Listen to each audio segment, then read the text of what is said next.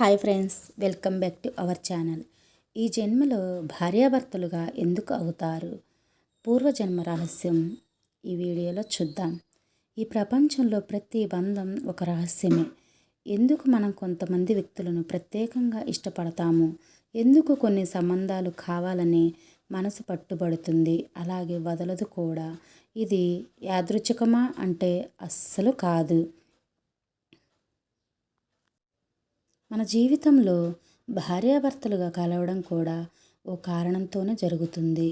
అదే గత జన్మల కర్మ ఫలితం. మన హిందూ ధర్మ గ్రంథాలు, ఉపనిషత్తులు, పురాణాలు అన్నీ ఒకటే చెబుతున్నాయి. ఈ జన్మలో మనం ఎవరిని కలుస్తామో, ఎవరిని ప్రేమిస్తామో, ఎవరి జీవితంలో భాగమవుతామో, వాళ్ళతో ఎలా బంధం ఏర్పడుతుందో అది గత జన్మల ప్రభావమే. భార్యాభర్తల బంధం అనేది కేవలం శరీర సంబంధం కాదు, అది ఆత్మల మధ్య ఏర్పడే బంధం. పూర్వజన్మలో తీరకుండా ఉన్న భావాలు అంటే ప్రేమ, బాధ, బాధ్యత లేదా రుణబంధం, ఇవే మనలను మళ్ళీ కలిసేలా చేస్తాయి. ఉదాహరణకి, ఒక యువతి గత జన్మలో తన జీవితాన్ని పూర్తిగా తన భర్త కోసం అర్పించింది. కానీ ఆ వ్యక్తి ఆమెను అర్థం చేసుకోలేదు, బాధ ఇచ్చాడు. ఆమె ఆత్మలో ఒక విషాదం మిగిలింది. ప్రేమ ఇవ్వడం తెలిసిన ఆమెకు ప్రేమ పొందలేకపోయిన బాధ మనసులో ఉండిపోయింది. ఆ బాధకి శాంతి ఇవ్వాలన్న అవసరమే ఈ జన్మలో ఆమెను మళ్ళీ అతని భార్యగా మార్చింది. ఈసారి అతను ఆమెను అర్థం చేసుకోవాలి, గౌరవించాలి, ప్రేమించాలి. అది అతని కర్మ. అదేవిధంగా గత జన్మలో కలిసే ఉన్న ఒకటి కానీ ప్రాణ స్నేహితులు ఈ జన్మలో భార్యాభర్తలుగా పుడతారు.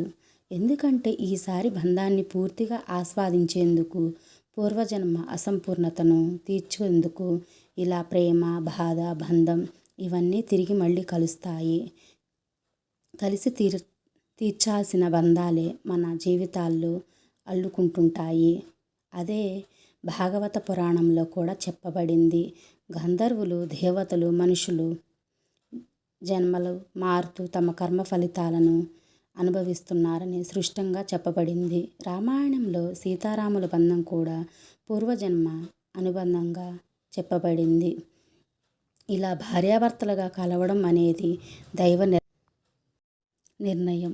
మన ఆత్మలు ఒక్కసారి కాదు, ఎన్నోసార్లు పుట్టి మరణించాయి. ప్రతి పుట్టుకలో ఏదో ఒక బంధం, బాధ్యత, ప్రేమ, ద్వేషం ఇలా ఒకటో లేకో మరొకటో కొనసాగుతుంది. ఈ జన్మలో మన భార్య కావడం అనే బంధం, అది ఆమె గత జన్మలో మనకిచ్చిన ప్రేమకు ప్రతిఫలం కావచ్చు, లేకపోతే మనం ఇచ్చిన బాధకు పరిహారమైన బాధ్యత కావచ్చు. మన జీవితంలో ఇప్పుడు మనం చూపించే ప్రేమ, క్షమ, గౌరవం లాంటి మంచి భావాలే మన తదుపరి జన్మల దారి వంతెనను నిర్మిస్తాయి. ఇవే మన పునర్జన్మ ఎలా ఉండబోతుందో నిర్ణయించే మూలమైన పనులు.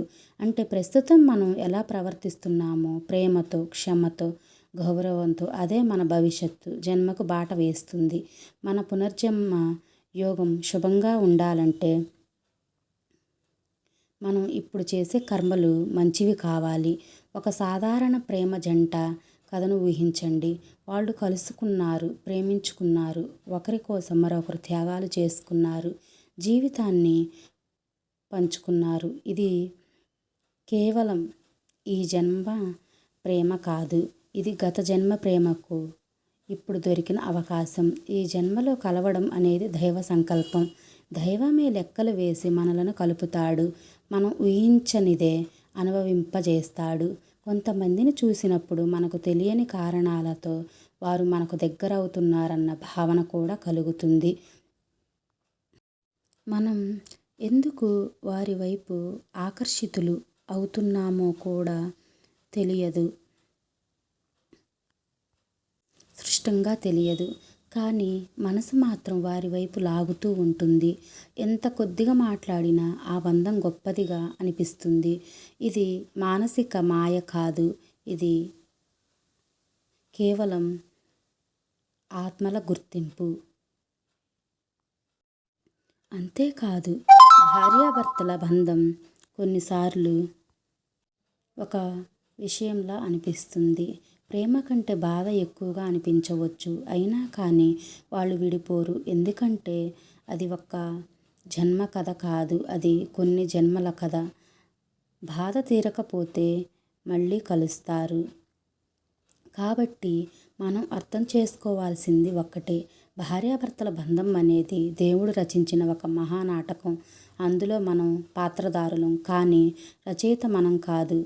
మన చేతుల్లో ఉన్నది కేవలం ప్రేమించడం, క్షమించడం, పరస్పర గౌరవాన్ని పెంపొందించటం మాత్రమే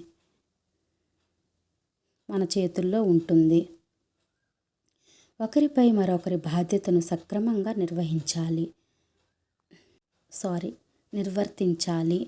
ఈ జన్మను ఒక మేలైన పాఠంగా మార్చితే తదుపరి జన్మల్లో మనం మరింత ఆత్మశుద్ధితో బంధాలను అనుభవించగలం. ఇంతటి పవిత్రమైన బంధానికి ఆధారంగా గత జన్మల తీరని కథలు ఉండవచ్చు.